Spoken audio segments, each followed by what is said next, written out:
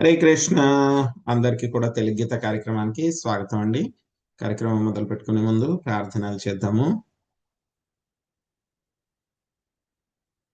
ఓం అజ్ఞానాతిమిరాంధస్య జ్ఞానాంజనాశలాకయా చక్షురున్మిళితం యేన తస్మై శ్రీ గురవే నమః. నమో ఓం విష్ణుపాదాయ కృష్ణప్రష్టాయ భూతలే శ్రీమతే భక్తి వేదాంత స్వామినితి నామినే.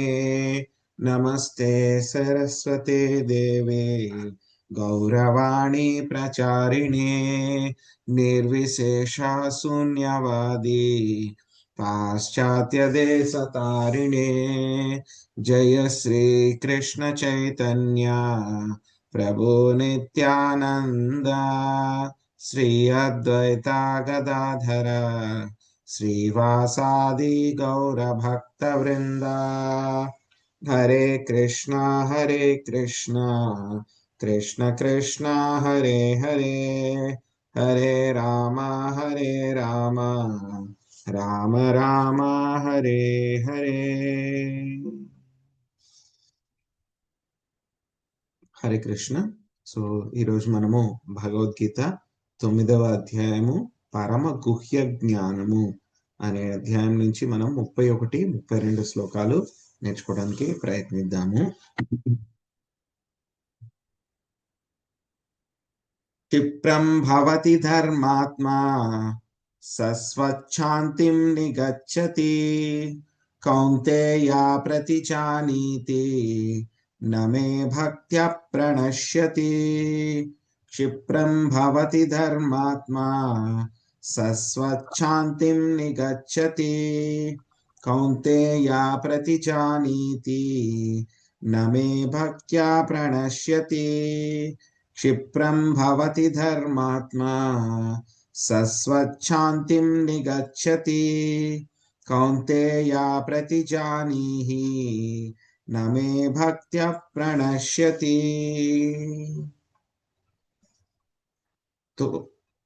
క్షిప్రం భవతి ధర్మాత్మా.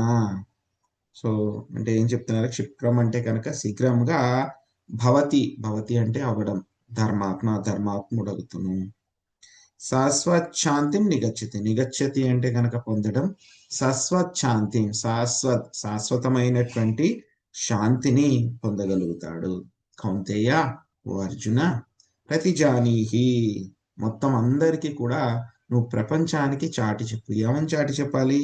నమే భక్త్య ప్రణశ్యతి. సో నా యొక్క భక్తుడు అంటే శ్రీకృష్ణ భగవానుడి యొక్క భక్తుడు ఎప్పటికీ కూడా నశింపడు అని చెప్పి ప్రపంచానికి చాటి చెప్పు అర్జున అని చెప్పి చెప్తున్నారు అనమాట. సో దీని యొక్క అనువాదము, అతడు శీఘ్రమే ధర్మాత్ముడై శాశ్వతమైన శాంతిని పొందును. ఓ కౌంతేయ, నా భక్తుడెన్నడు నశింపడని ధైర్యముగా ప్రకటింపుము. అర్జునుడికి చెప్తున్నారు అనమాట శ్రీకృష్ణ భగవానుడు. సో అర్జునుడికి చెప్తున్నారు, మనందరికి కూడా చెప్తున్నారు అనమాట, మీరు కూడా ప్రకటించండి అని చెప్పేసి. తర్వాత 32వ శ్లోకం చూద్దాం. మాం హి పార్థవ్యపాశ్రిత్య ఏపి స్యుః పాపయోనయః స్త్రియో వైశ్యాస్తదా శూద్రా స్తేపి యాంతి పరాంగతిం. మాం హి పార్థవ్యపాశ్రిత్య ఏపి స్యుః పాపయోనయః స్త్రియో వైశ్యాస్తదా శూద్రా స్తేపి యాంతి పరాంగతిం.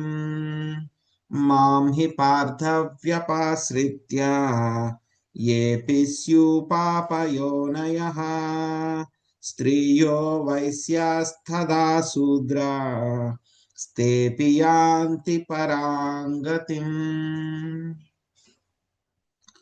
మాం హి పార్థ వ్యపాశ్రిత. ఓ పార్థ, పృథు కుమార, మాం హి, సో నన్ను ఎవరైతే కనుక వ్యపాశ్రిత్య అంటే నా యొక్క ఆశ్రయం తీసుకుంటారో వాళ్ళు నిశ్చయముగా ఏమంటున్నారు? ఏపి స్యు పాపయోనయ, వాళ్ళు ఎంతటి పాప యోనుల్లో ఉన్నా సరే, అంటే పాప జన్మలు ఎంత పాప జన్మలు తీసుకున్నా సరే, స్త్రీయో వైశ్యాస్తదా శూద్ర, స్త్రీలైనా సరే, వైశ్యులైనా సరే, మరియు శూద్రులైనా సరే ఏం చెప్తున్నారు? తేపియాంతి పరాంగతిం. తేపి అంటే కనుక వారు కూడా, యాంతి యాంతి అంటే కనుక పొందడం. ఏం పొందుతారు వాళ్ళు? పరాంగతిం, పరమగతి, పరమగమ్యము, దివ్య గమ్యము పొందుతారు అని చెప్పి చెప్తున్నారు అన్నమాట. సో ఈ యొక్క అధ్యాయంలో మనకి తెలుసు, భగవద్గీతలో మధ్యలో ఉండేటువంటి 6 అధ్యాయాలు కూడా భక్తి యోగం యొక్క గొప్పతనాన్ని చెప్తాయి అని చెప్పి తెలుసు మనందరికీ కూడా. అందులో కూడా 9వ అధ్యాయం ఏంటి? పరమ గుహ్య జ్ఞానము, సీక్రెట్ ఆఫ్ ఆల్ సీక్రెట్స్ అన్నమాట. అందులో ఏమిటి సీక్రెట్ అంటే భక్తి యోగము. ఈ యొక్క భక్తి యోగంలో కూడా మనకి శ్లోకాలు చెప్తూ ఉన్నాయన్నమాట. ఏం చెప్తూ ఉన్నాయి? ఒకటి, భక్తి యోగం అనేటువంటిది ఎంతటి శక్తివంతమైనటువంటిది, భక్తి యోగం అనేటువంటిది ఎంత శక్తివంతమైనటువంటిది. రెండవది ఏమిటి? యొక్క భక్తి యోగం అయినటువంటిది ఎంతటి పరిపూర్ణమైనటువంటిది. రెండింటికి తేడా ఉంది. సో మొట్టమొదటిది ఏంటి? చాలా శక్తివంతమైనటువంటిది యొక్క భక్తి యోగం అనేటువంటిది. రెండవది ఏమిటి? భక్తి యోగమైనటువంటిది పరిపూర్ణము, 100కి 100 పాళ్ళు నిండి ఉన్నది. ఈ యొక్క భక్తి యోగము పని చేయడానికి బయట నుంచి ఎటువంటి సహాయ సహకారాలు అవసరం లేదు. భక్తి యోగం అనేటువంటిది కంప్లీట్గా, పూర్తిగా పరిపూర్ణమైనటువంటిది. దానికి పూర్తిగా ఇండిపెండెంట్, స్వతంత్రమైనటువంటిది. ఎవరి సహాయ సహకారాలు కూడా దానికి అవసరం లేదు. సో కాబట్టి ఈ రెండు విషయాలు కూడా మనకి శ్లోకాల్లో తెలుస్తూ ఉన్నాయి. సో అవి ఏంటనేది మనము ఇప్పుడు చూద్దాం మనం. సో ఇక్కడ ఏం చెప్తున్నారు? మనం క్షిప్రం భవతి ధర్మాత్మ సస్వచ్ఛాంతి నిగచ్చతి. సో నిన్నటి శ్లోకంలో మనకి ప్రభుజీ చాలా చక్కగా చెప్పారు. మనకి ఏం చెప్పారు? మనకి అపిచేత్సు దురాచారో భజతే మామనన్య భాగ్ సాధురేవ సమంతవ్య సమ్యక్ వ్యవసితో సహి. సో ఎవరైతే కనుక భక్తులు ఉన్నారు, వాళ్ళు చాలా సిన్సియర్గా వాళ్ళ యొక్క సాధన చేస్తూ ఉన్నారు. చేస్తూ ఉన్నప్పుడు ఒక్కొక్కసారి ఏమవుతూ ఉంటాయి? ప్రమాదాలు జరుగుతూ ఉంటాయి. ప్రమాదం అంటే కనుక ఏదో పడిపోయారనో దెబ్బలు తగిలినాయో అని కాదు. ప్రమాదం అనేటువంటిది ఏమిటి? భక్తి చేస్తూ ఉన్నారు. భక్తిలో ప్రమాదం అంటే ఏమిటి? భక్తి నుంచి పడిపోవడం అన్నమాట. ఎందుకంటే ప్రభుపాద్ గారు చెప్తారు మనకి, ఎప్పుడైతే కనుక మనం భక్తి మొదలు పెట్టామంటే దానికి అర్థం ఏమిటి? మనం మాయ మీద యుద్ధం ప్రకటించాము అని అర్థం. సో యుద్ధం జరుగుతూ ఉన్నప్పుడు ఏమవుతుంది? ఒక్కొక్కసారి మనకి దెబ్బలు తగులుతూ ఉంటాయి. అదేవిధంగా ఈ భక్తి చేస్తూ ఉన్నప్పుడు కూడా ఎంతటి గొప్పవాళ్ళైనా సరే ఏమవుతూ ఉంటుంది? మనం అందరికీ కూడా యొక్క కల్మషాలు ఉన్నాయి కాబట్టి ఒక్కొక్కసారి ప్రమాదాలు జరుగుతూ ఉంటాయి. అనుకోకుండా జరిగేటువంటి ప్రమాదాలు, ఇది చాలా క్లారిటీగా ఉండాలి. అపిచేత్సు దురాచార శ్లోకంలో అనుకోకుండా జరిగేటువంటి ప్రమాదాలు జరిగినప్పుడు ఏమవుతుంది? సో ప్రమాదం జరిగిపోయింది, మన చేతుల్లో లేదు ఒక్కొక్కసారి. అప్పుడు ఏమైపోయింది? ఇంకా భక్తుడు పని అయిపోయినట్టేనా? ఇంకా క్లోజ్ అయిపోయిందా వాడి పని? కాదు, వాడి పని అయిపోలేదు. సో స్వామి ఏం చెప్తున్నారు? అటువంటి వాళ్ళు మనకి అపిచేత్సు దురాచార శ్లోకంలో ఏం చెప్తున్నారు? అటువంటి వాళ్ళు ఎవరైతే ఉన్నారో ఆ విధంగా వాళ్ళు భక్తి మార్గంలో ఏదో ప్రమాదవశాత్తు వాళ్ళు భక్తి నుంచి కిందకు పడిపోతే కనుక మిగతా భక్తులు వాళ్ళని ఎలాగ పరిగణించాలి? సాధువులు కిందనే పరిగణించాలి. వాళ్ళు పడిపోయారు కదా అని చెప్పి తక్కువ చేసి మాట్లాడడము, కించపరచడము, గాసిప్స్ చేయటము, వాళ్ళ మీద ప్రచారం చేయడము, యూట్యూబ్ వీడియోలు చేయటము, ఇవన్నీ కూడా చేయకూడదు. నిజంగా వాళ్ళు యాక్సిడెంటల్గా అంటే ప్రమాదవశాత్తు పడిపోతే కనుక వాళ్ళని సాధువుల కిందే పరిగణించాలి. బాగానే ఉంది, మనం పరిగణించడం సాధువుల కిందే పరిగణిస్తున్నాం. మరి వాళ్ళకేమవుతుంది? వాళ్ళకి ఏమవుతుంది అనేటువంటి విషయం మనకి 31వ శ్లోకంలో ఈ రోజు మనకి చెప్తున్నారు అన్నమాట. ఏం చెప్తున్నారు? క్షిప్రం భవతి ధర్మాత్మా సస్వచ్ఛాంతిం నిగచ్చతి. ఏమవుతారంట? ఆ విధంగా పడిపోయినటువంటి వాళ్ళు పడిపోయినా సరే ఏమీ పర్వాలేదు.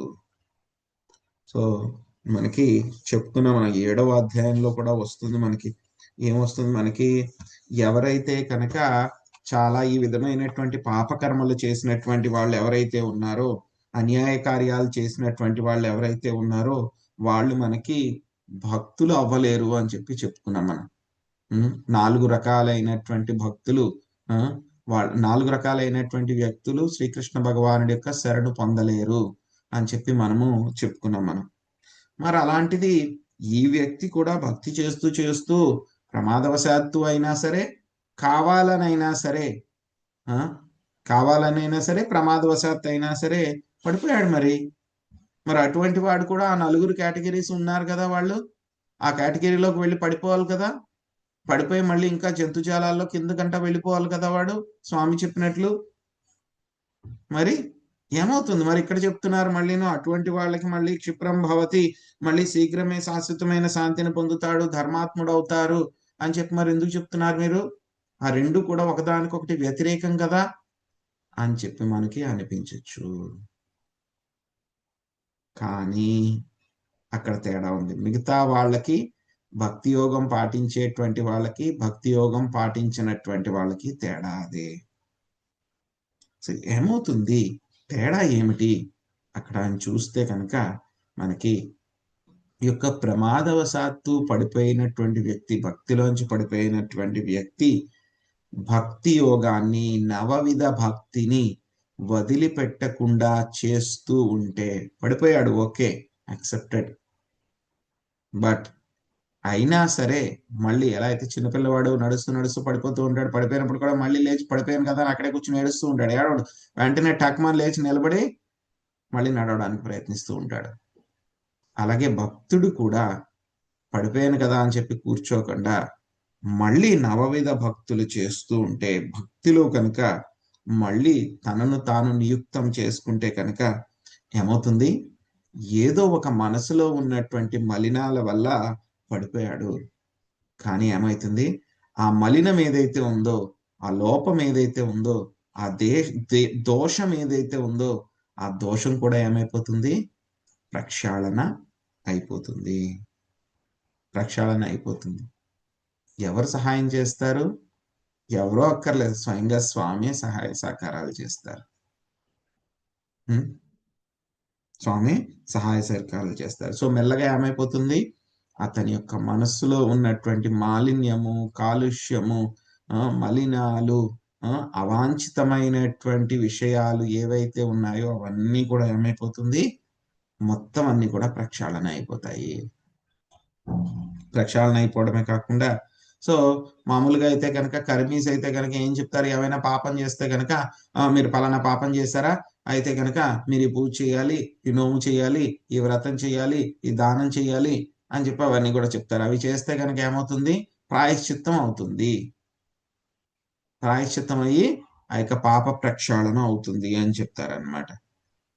కానీ ఇక్కడ భక్తి అనేటువంటిది ఎంతటి శక్తివంతమైనటువంటిది అంటే కనుక, ఈ యొక్క భక్తుడు ఎప్పుడైనా సరే ఆకస్మికంగా పడిపోయినా సరే ఏమవుతుంది? ఈ యొక్క భక్తిలో వాడు తన్ని తాను నియుక్తం చేసుకోవడం మూలంగా ఏమవుతుంది? ఈ యొక్క ప్రక్షాళన, అదే విధంగా ఇటువంటి పనులు, వ్రతాలు, నోములు ఇవేమి చేయాల్సినటువంటి అవసరం లేదు. ఎందుకు మనం ఇవన్నీ కూడా చేస్తాము? ప్రాయశ్చిత్త కర్మలు ఇవన్నీ కూడా ఏమిటి? ఆ మాలిన్యం పోవడానికి చేస్తాం. కానీ భక్తి అనేటువంటిది ఎంతో శక్తివంతమైనటువంటిది కాబట్టి భక్తి ఇంకా వేరే కర్మకాండ దేని యొక్క అవసరం కూడా భక్తికి లేదు. ఏమవుతుంది? భక్తుడి యొక్క హృదయంలో ఆ యొక్క మాలిన్యం అంతా కూడా పోతుంది. స్వామి చెప్పారు కదా మనకి చతుశ్లోకి భగవద్గీతలో, తేషామేవానుకంపార్థం అహమజ్ఞానజం తమః నాశయామ్యాత్మభావస్తో జ్ఞానదీపేన భాస్వదా. సో ఏం చెప్పారు స్వామి? అటువంటి భక్తుల యొక్క హృదయాల్లో నేను నెలకొని ఉండి వాళ్ళకు ఉన్నటువంటి అజ్ఞానాన్ని, వాళ్ళకు ఉన్నటువంటి ఆ కాలుష్యాన్ని అంతటినీ కూడా నేను జ్ఞానం అనేటువంటి దీపంతో ప్రకాశింపజేసి నాశనం చేస్తాను. అంటే దీన్ని బట్టి ఏమవుతుంది? ఎవరైనా సరే ఈ విధంగా ప్రమాదవశాత్తు పడిపోతే కనుక ఏముంటుంది వాళ్ళకి? వాళ్ళకి శ్రీకృష్ణ భగవానుడి యొక్క రక్షణ ఉంటుంది. ప్రమాదవశాత్తు పడిపోయినటువంటి వాళ్ళకి క్లియర్ గా మనకి అపచేతు దురాచార శ్లోకంలో చెప్పారు నిన్న ప్రభుజీ. కావాలని చెప్పేసి పడిపోయి, కావాలని చెప్పి తప్పులు చేసేవాళ్ళు, కావాలని చెప్పి మళ్ళీ మళ్ళీ చేసేటువంటి వాళ్ళకి రక్షణ ఉండదు. ఎవరైనా నిజంగానే ప్రమాదవశాత్తు అనుకోకుండా ఇంద్రియాలను నియంత్రించుకోలేకుండా పడిపోతే కనుక అప్పుడు మాత్రమే యొక్క రక్షణ అనేటువంటిది ఉంటుంది. సో భక్తి అనేటువంటిది ఏమిటి? ఎవరి మీద ఆధారపడి ఉండదు. భక్తి అనేటువంటిది ఎంతో శక్తివంతమైనటువంటిది. సో కాబట్టి మనం ఏం చేయాలి? పడిపోయినా సరే భక్తిలో ఒక్కొక్కసారి మనకు కూడా ఏమవుతుంది, మనం కూడా ఏదో 16 మాలల వరకు వెళ్ళిపోతూ ఉంటాం. ఒక్కొక్కసారి వెళ్ళిపోయిన తర్వాత ఏమవుతుంది, మళ్ళీ ఏదో ఒక సమస్య వచ్చో ఏదో వచ్చి మళ్ళీ మన యొక్క జపం ఒక్కొక్కసారి 0 అయిపోతుంది. ఒక్కొక్కసారి మళ్ళీ 1 మాలకు వచ్చేస్తాం, లేకపోతే 8 మాలకు వచ్చేస్తాము, లేకపోతే 4 మాలకు వచ్చేస్తాం, లేకపోతే మొత్తం మానేస్తాం. ఏదో కారణాల వల్ల, ఎందుకంటే మాయా మనని పట్టి పీడించేస్తుంది కాబట్టి. కాబట్టి అలాంటప్పుడు కూడా మనం ధైర్యం కోల్పోకూడదు. ధైర్యం కోల్పోకుండా మళ్ళీ మనం ఇదివరకు అయితే కనుక ఎలాగ ప్రయత్నించామో అలాగే మళ్ళీ మన యొక్క ప్రయత్నం మొదలు పెట్టాలి. మొదలు పెడితే కనుక తప్పకుండా భక్తి అనేటువంటిది శక్తివంతమైంది కాబట్టి ఇంతకు ముందు ఏవైతే కనుక తప్పిదాలు చేశామో వాటిని అన్నిటినీ కూడా మనం అధిగమించి మళ్ళీ కృష్ణుడి యొక్క భక్తిలో వెళ్తాం. ఎలా అయితే కనుక ఒక్కొక్కసారి హైవేలో వెళ్తున్నప్పుడు యాక్సిడెంట్ అవుతూ ఉంటుంది. సో హైవేలో మెయిన్ రోడ్ నుంచి పక్కన మట్టి రోడ్లోకో ఎక్కడికో గుంట్లోకో పడిపోతాం. పడిపోయిన తర్వాత ఏం చేయాలి? మళ్ళీ మన యొక్క కార్ని కానీ బైక్ని కానీ ఏం చేయాలి? మెల్లగా హైవే మీదకి తీసుకురావాలి. మళ్ళీ హైవే మీదకి తీసుకొస్తే ఏమవుతుంది? కొంతసేపటికి ఇదివరకు ఎంతైతే కనుక యాక్సిడెంట్ అవ్వకముందు ఎంతైతే ఫాస్ట్ గా వెళ్ళామో 100 కిలోమీటర్ స్పీడ్ లో, ఆ స్పీడ్ లో మళ్ళీ మనం వెళ్ళొచ్చు. అలాగే మన భక్తి కూడా వెళ్ళొచ్చు అన్నమాట. ఆ తర్వాత సో ఇది మనకి ఒక వార్నింగ్, ఇంకోటి ఏంటంటే అష్యూరెన్స్. రెండు కూడా ఈ శ్లోకంలో రెండు ఉన్నాయి మనకి. ఒకటి ఏంటి? వార్నింగ్, జాగ్రత్తగా ఉండండి, మాయ ప్రభావం వల్ల ప్రమాదాలు జరగచ్చు. ఎంతటి గొప్ప వ్యక్తి అయినా సరే, భక్తిలో ఎంత ముందుకు వెళ్ళినా సరే మీకు కూడా ప్రమాదం జరగచ్చు, కేర్ఫుల్. అందుకే రోడ్డు మీద వెళ్ళేటప్పుడు హైవే మీద ఉంటాయి కదా, స్పీడ్ లిమిట్స్ చెప్తారు, ఇక్కడ టర్నింగ్ ఉంది, పడిపోతారు, జాగ్రత్తగా వెళ్ళండి, ఇక్కడ ప్రమాద మలుపు ఉంది అని చెప్పి అవన్నీ కూడా చెప్తారు. అంటే ముందుగానే అలర్ట్ చేస్తున్నారు. సో అలాగే స్వామి కూడా అలర్ట్ చేస్తున్నారు, మీరు భక్తిలో వెళ్తున్నారు హైవేలో, మీరు ఏదో గెలిచిపోయారని కాదు, పడిపోవచ్చు, కాబట్టి జాగ్రత్తగా ఉండండి అని చెప్పి అక్కడ ఒకటి చెప్తున్నారు. మనకి ఏం చెప్తున్నారు? వార్నింగ్ ఒకటి. ఆ తర్వాత ఇంకోటి ఏంటి? అష్యూరెన్స్. అష్యూరెన్స్ ఏంటి? మీరు పడిపోయినా సరే, ప్రమాదవశాత్తు పడిపోయినా సరే నేనున్నాను, నేను రక్షిస్తాను, మళ్ళీ మీకు భక్తిలో నియుక్తం అవడానికి సహాయం చేస్తాను. మీరు మీకున్నటువంటి స్వతంత్రతను ఉపయోగించుకుని మళ్ళీ మీరు భక్తిలో కనుక ప్రయత్నం చేస్తే కనుక మళ్ళీ మీ బండి యొక్క భక్తి అనే హైవే మీద 100 కిలోమీటర్ స్పీడ్ లో వెళ్తుంది. సో ఈ యొక్క అష్యూరెన్స్ స్వామి మనకి ఇస్తున్నారు. అందుకే ఏం చెప్తున్నారు? ఆ అష్యూరెన్స్ కూడా ఎలా ఇస్తున్నారు? ఆయన స్వయంగా ఇవ్వట్లేదు. ఎవరి ద్వారా ఇప్పిస్తున్నారు? అర్జునుని చెప్పమంటున్నారు. కౌంతేయ ప్రతిజానిహి నమే భక్త్యా ప్రణశ్యతి. ఓ అర్జున, నువ్వు ప్రపంచానికి చాటి చెప్పు, నా భక్తుడెన్నడూ నశింపడు. చూడండి, భక్తిలో ఉన్నటువంటి గొప్పతనం ఇదే. సో మనం చేస్తూ చేస్తూ పడిపోయినా సరే, మళ్ళీ మన యొక్క బండి హైవే మీద పట్టాలు ఎక్కకపోయినా సరే స్వామి యొక్క రక్షణ ఎప్పుడూ మనకి ఉంటుంది. స్వామి యొక్క రక్షణ ఉంటుంది. సో స్వామి ఏమంటున్నారు? ఒక్కొక్కసారి శ్రీకృష్ణ భగవానుడు కూడా తన మాట తన తప్పొచ్చేమో, తను ఇచ్చినటువంటి ప్రతిజ్ఞ తను తప్పొచ్చేమో భక్తుల కోసం, కానీ భక్తుడు ఇచ్చినటువంటి మాట మాత్రం ఆయన 100కు 100 పాళ్ళు సత్యం చేసి తీరుతారు. అందుకని నేను ఏం చెప్తున్నారు? అర్జున, నువ్వు చెప్పు, నువ్వు ప్రకటించు ప్రపంచానికి, నా భక్తుడు ఎప్పుడు కూడా నశింపడు అని చెప్పేసి.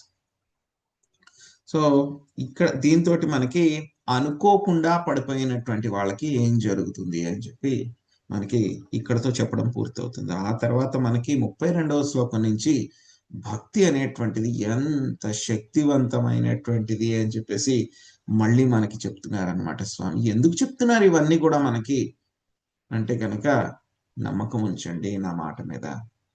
సో రకరకాల అన్నమాట అంతా కూడా. మీరు పడిపోయినా పర్వాలేదు. ఎలా అంటే చిన్నపిల్ల వాళ్ళకి చెప్తాం కదా మనం. ఏదో ఎగ్జామ్‌కి వెళ్తున్నాడు, స్కూల్‌కి వెళ్తున్నాడు అంటే గనక పర్వాలేదులే, ఒంట్లో బాలేదనుకోండి పిల్లవాడికి, ఎగ్జామ్‌కి వెళ్తున్నాడు. ఏం చెప్తారు? పోన్లే నాయనా ఎంతైతే గనక ఒంట్లో బాగోలేదు కదా! పాపం చదవలేకపోయావు. నువ్వు ఎంత చదివితే గనక అంత ప్రశాంతంగా రాయి. ఏం పర్వాలేదు. తక్కువొచ్చినా పర్వాలేదులే అని చెప్పి మనం పిల్లవాడికి నచ్చచెప్పి పంపిస్తాం కదా! పిల్లవాడు నేను వెళ్ళను, నేను ఎగ్జామ్ రాయను అని ఏడిస్తే గనక అలాగే స్వామి కూడా మనకు కూడా అంతే ప్రేమతోటి ఎక్స్‌ప్లెయిన్ చేస్తున్నారనమాట. చెప్తున్నారనమాట. ఏమని చెప్తున్నారు? "పర్వాలేదు నాయనా, అప్పుడప్పుడు ప్రమాదాలు జరుగుతాయి కదా! యాక్సిడెంట్లు జరుగుతాయి కదా!" అని చెప్పి మనం చెప్తే, "యాక్సిడెంట్ జరిగినా పర్వాలేదు. నేను రక్షిస్తూ ఉంటాను. ఒకవేళ నువ్వు యాక్సిడెంట్ జరిగిన తర్వాత కూడా మళ్ళీ లేచి నువ్వు ప్రయత్నిస్తే కనుక నేను మళ్ళీ సపోర్ట్ చేస్తాను. నిన్ను ధర్మాత్ముడి కిందే చూడమని చెప్తాను మిగతా భక్తులందరినీ కూడాను. సో, నువ్వేంటి మళ్ళీ వెంటనే నువ్వు పడిపోయినా సరే పర్వాలేదు. మళ్ళీ భక్తి మొదలుపెడితే గనక మళ్ళీ నీకు శాంతి దొరుకుతుంది." సో, ఇది నేను చెప్పడం కాదు. నా భక్తుడు చెప్తున్నారు చూడు. నా భక్తుడు చెప్తే కనుక నేను 100కి 100 పాళ్ళు కూడా చేసి తీరుతాను చూడు అని చెప్పి మనకి చెప్తున్నారన్నమాట ఇవంతా కూడా.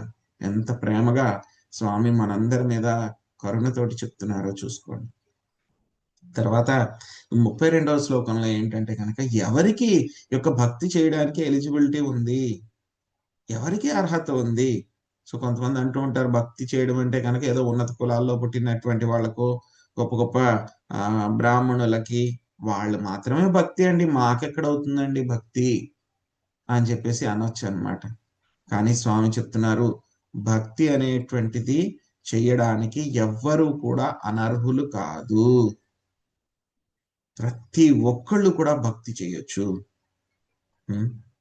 మాం హి పార్థ వ్యపాశ్రిత్య. ఎవరైతే కనుక నన్ను ఆశ్రయం తీసుకుంటారో, వ్యపాశ్రిత్య అంటే ఆశ్రయం తీసుకుంటారో, వాళ్ళు పాపయోనిల్లో జన్మించినా సరే, స్త్రీలైనా సరే, వైశ్యులైనా సరే, శూద్రులైనా సరే, వాళ్ళందరూ కూడా యొక్క పరమగతిని పొందుతారు అని చెప్పి మనకి స్వామి చెప్తున్నారు. స్వామి ఎప్పుడూ కూడాను ఆయనకి ఎందుకండి ఇవన్నీ కూడాను? ఆయన ఏం చూస్తారు? ఆయన మన ఆత్మను మాత్రమే ఆయన చూస్తారు. ఆయనకెందుకండి ఈ యొక్క శరీరాలు, జన్మలు, జాతులు ఇవన్నీ ఏమీ ఉండవు ఆయనకి. సో, ఇవన్నీ కూడా ఏంటంటే గనక మన కోసం ఒక సంఘం, సమాజము సరిగ్గా వ్యవస్థీకృతం అవ్వడానికి, పనులు జరగడానికి, వాళ్ళకున్నటువంటి గుణ, కర్మలను బట్టి ఈ విధంగా విభజించడం జరిగిందనమాట. కానీ కలియుగం వచ్చేసరికి ఏమైపోయింది ఇదంతా కూడాను డిగ్రేడ్ అయిపోయింది. పతనం చెంది ఏమైపోయింది అదంతా కూడా ఒక కుల వ్యవస్థలాగా తయారైపోయింది. కుల వ్యవస్థలాగా తయారైపోయింది. అందుకే ఏం చెప్తున్నారు స్వామికి తెలుసు వచ్చేటువంటిది కలియుగం కాబట్టి, ఇక్కడ ఇలా జరుగుతుంది కాబట్టి, సో ఇక భగవద్గీత చెప్పేటప్పుడు స్వామి ఏం చెప్తున్నారు? స్త్రీలైనా, వైశ్యులైనా, శూద్రులైనా సరే పర్వాలేదు. ఎవరైనా సరే నన్ను ఆశ్రయం తీసుకుంటే కనుక, నా యొక్క భక్తి చేస్తే కనుక ఏమవుతుందంటే వాళ్ళందరూ కూడా పరమగతిని పొందగలుగుతారు. వాళ్ళందరూ కూడా నన్ను పొందగలుగుతారు అని చెప్పి చెప్తున్నారు. స్వామికి ఎప్పుడు కూడా ఇలాంటి కులాలు, మతాలు ఇటువంటివి ఏమీ ఉండవన్నమాట. కులాలు, మతాలు ఏమీ ఉండవు. మనకి శ్రీమద్ భాగవతంలో ఒక చక్కటి శ్లోకం వస్తుందన్నమాట.